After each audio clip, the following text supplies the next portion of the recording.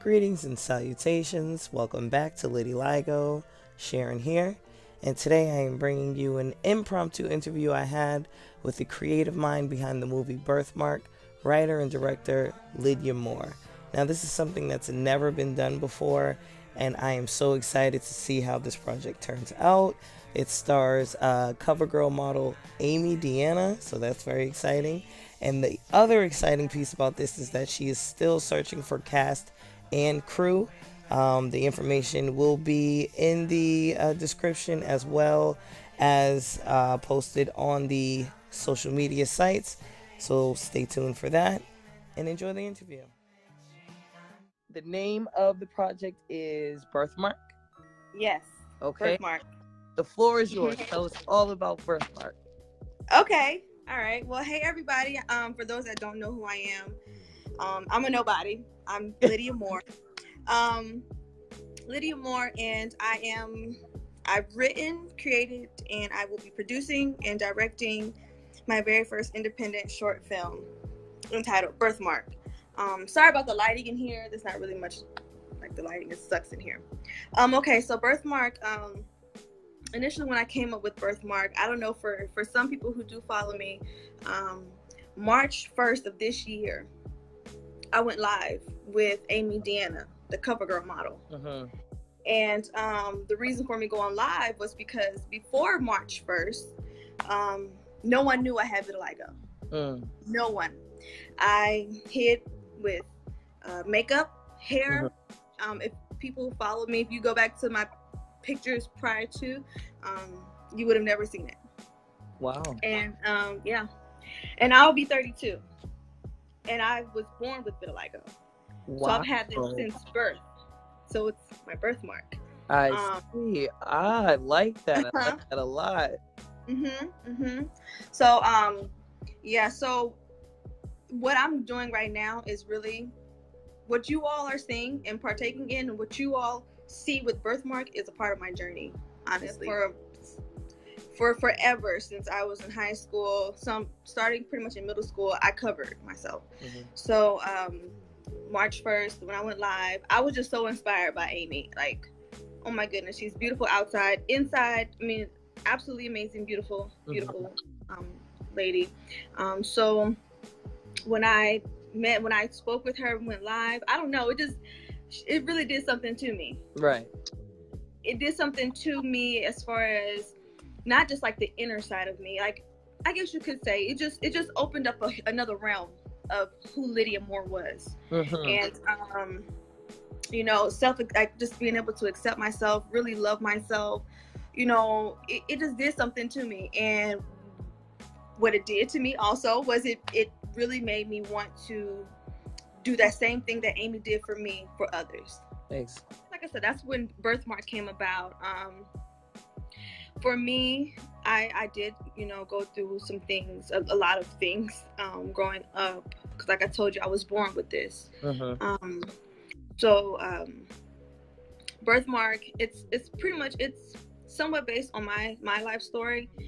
I'm such a lover. I'm such a lover. I am such a lover. I'm a lover. Like when people say I'm a lover of love, like I'm a lover of love. Like I cry over everything. I'm such a lover, you know? Me too. Oh my gosh. I am such a lover. And I'm telling you, and so when I did write Birthmark, I wanted to incorporate other things. Bullying, abuse, just so many other things I wanted to incorporate in the film, to not just educate people, because people, you know what, people are just uneducated, you know, people really are just really uneducated. Even for myself, believe it or not, you know, because I'll be 32 and I was born with it, but I was living in denial. I never really researched it. I never really wanted to know what it was. It was like, I don't want to know what it is. I just, whatever, I want to hide it and just keep it away, but it's something I have to see every day. You know, I've been living with this every single day, and I just came to a realization where it was just like, you know what, I have to live for myself, you know. I need to accept me, I need to love me, and it feels amazing whenever you do. It feels absolutely amazing. Yes. Okay. Yes, it does. Absolutely amazing. Anyone knows of anyone who's an actor or an actress? If you look on my page, there's a flyer on my Instagram and my Facebook page. And on there is an email address. It's birthmark at evolveforward.media. Yep. Okay, because it's like two of them on there. It's like birthmark at evolveforward.media, and then there's Lydia at evolveforward.media. I don't know if the Lydia one is on there, but there are two where you could submit your bio or your resume. I've had people submitting their reels. I mean, it's been amazing. I mean, when I tell you it's been amazing, I thought that it would be something, just something small I can do, but it's turning out to be something bigger than myself, bigger than I could even imagine. I saw it and I was like, oh, I need to talk to her. This is going to be an amazing project. I need to talk to her. Yeah. Like, this is going to be, I cannot wait. I feel this is going to be awesome. So if, are you going to have any other casting calls, or is this the last one? No, I will. I will. I just know that this is my very first time doing this, period. Okay. So I've received a lot of feedback, a lot of emails. But I know, I'm telling you, like, for sure, like, I think I need 29 actors and actors. There are 29 roles to be filled. Okay. And I don't have all 29 yet. So once, we go through with tomorrow and we see the outcome, we see what we have there, then we'll, then if we need to, then we'll have a second casting call, or however many we need to have until we have a full cast. But filming will begin in September. Okay. So we have to have cast before September.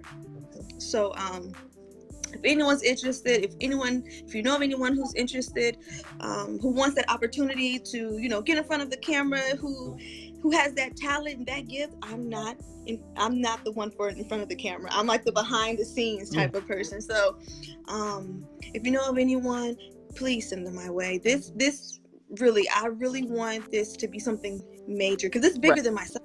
It's bigger than myself, honestly. It's gonna be amazing, and I'm looking at some of the roles that are available. There are, you need, young Black women and young, any races. I see, older people, teenagers, all different types of people. Even a 1-year-old I see on the casting list, 2-year-old. So definitely, I'll repost this after we finish. I'll repost the casting call flyer because this is a very important project you're doing here. I'm hoping it grows great. Awesome. Thank you so much. And I just want to say also, what you're doing, I mean, keep it up. Keep doing that. Keep on what you're doing. I mean, I'm telling you, you may not know it, and I say this a lot, even to myself. I have to tell myself every single day, don't stop doing what you're doing, because I don't know who's watching. You don't know who's watching. You don't know who you're inspiring. You don't know who sees you. So, and that's for everyone. If you have a purpose and you feel that this is your purpose, continue walking in your purpose, because even if you're only reaching one, that's one person that needed that. Exactly. So, absolutely, keep on doing what you're doing. Honestly, and you're absolutely beautiful. Your skin looks so beautiful. I got all sunburned today by accident. Like, there was a lot of overcast, and I didn't think anything of it. I'm like, it was raining when I left the hotel, so I'm like, okay. And we weren't really outside. The service was inside, but we ended up standing outside for a little while. And then by the time I got back to my hotel room, I'm like, oh my goodness. And like, even my lips are a little bit, but it's like they don't hurt. It's just red. It's so It's weird. This is a weird disorder. Yeah. Your vitiligo, has it always been centralized to here? Yeah. Well, I started getting it. I don't know if y'all can see underneath my eyes. I never really had it there before. It's always been here. I have spots here. I have like spots, like mine isn't, it's never really progressed. I see. Like it's always been pretty much in those main spots that I already have them in, that I was born with. So it never really progressed, and been this the way it is, you know. I'm laughing. This is like He's the talking main trash. I see. They say she aight. Always talking bad trash. I see him say she aight. I told her about using sunscreen. Yeah. She needs to use sunscreen, Katie. He did. And I messed up, but yeah, like mine has been. It started out very small right here, and then I had circles, and then it went away, and then I had like freckles for a little bit, and then it went away, and then like now I have a butterfly. It's just I just kind of roll with the punches at this point. Like even now, this happened. Like it started repigmenting. Are you repigmenting? Yeah, I was gonna say that. Are you repigmenting? Yeah. And this is probably like a week or two, because these weren't here the last time I looked at my face. I swear, and I'm just like, really. Sometimes I just kind of like, I just want you to make up your mind. Make up your mind a little bit. Like just let me know what's going on. Yeah. Just let me in on it. Like, yeah. Just doing its own thing. Yeah. You did say something earlier, and I wanted to respond to that earlier when you had said if you have the option to undergo the treatment, or there was like a cure or whatever, what would you do? What would you do? So I say, and you know, this is my opinion. Like I said, I was born with this, and before when I didn't have that self-love, and I didn't accept myself, and I didn't know who I really was, and I was hiding my identity, I would have accepted the treatment. I would have went through whatever treatment I could have gone through to, you know, hey, I need pigment, you know? Yeah. But because I've accepted myself, because I have found that love within myself, I mean, I wouldn't change a thing about me, because I believe, I don't know anyone's faith, but I believe God makes no mistakes, and absolutely. And when I say He doesn't make any mistakes, you know, it gives you like a sense of humbleness, like you're just humbled, like just, wow, you know, I can appreciate this, I can appreciate that. I look at certain people, I look at, you know, looking at me, looking at you, and we're saying we're human, we have the same. Oh, wait a minute, morning, sorry, I'm getting back to you. Sorry. We have the same skin condition. We have, you know, but at the end of the day, we can appreciate things a whole lot more, because, you know, we could have had pigment, we could have not have lost our pigment, we could have this, but this is who we are. Right. Therefore, we can accept others with whatever situation they may have. You know, I don't know. I told you, I'm a lover of love, and I'm just so in love with people. I just see people like, oh my goodness, I just love people. I you know, definitely understand that. Yeah, definitely. So I now, with what I feel inside, I wouldn't have any treatments. I love the way I am, and especially now that almost 32 years later, I've been able to accept who I am. It feels amazing. So I tell everyone, accept who you are and just love who you are. Be you. Be yourself. Be you. Be beautiful. Be the best you can be, you know, and it makes you happy, because, you know, I was not always this, you know, person who was full of light and love. I was in a miserable job, and was in a situation I shouldn't have been in, you know, relationship wise, and it was crazy.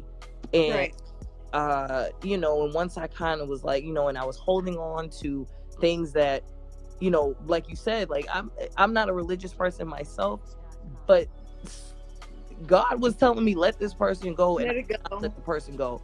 And I literally was like, you know what? I'm gonna let go and let God. Literally just said that. Whatever was going on with me, I'm gonna let go and let God. I let go of the person. I let go of that job. I let go of any animosity I had toward anyone, and boom, new job that's literally catered to everything I'm good at. You know, I meet Lineasia's mom. I develop a healthy relationship. Wow. And I'm just over the moon happy about it. And it's like, I really don't think I would change. Like, I know I'm gonna get it wrong, but I feel like there's a scripture or a saying that God gives tasks to people who He knows can handle it. That can handle that. Right. That's right. That's right. And That's right. I feel like, you know, and I was actually talking to KD about this earlier.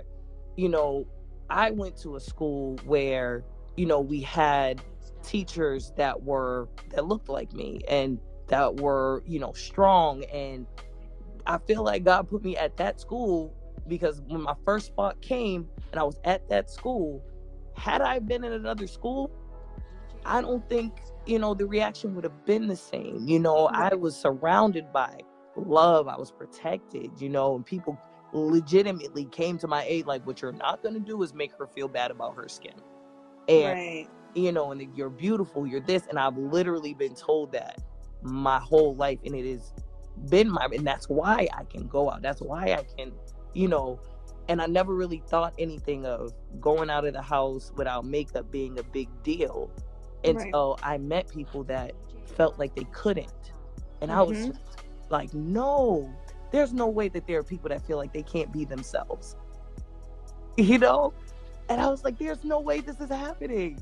Oh, yeah. And I was like, I gotta do something because no. You know? But you said it though. You said that you grew up with people telling you you're beautiful. Right. People giving that. But understand, not everyone grows up that way. Right. And I was not like, everyone gets that, you know, people don't have that. And I was like, you know what? I'm going to do everything in my power to give people that don't have that exactly that. That's my purpose. That one sentence, you're beautiful just the way you are, can change your whole life. That's right. That's right. Absolutely.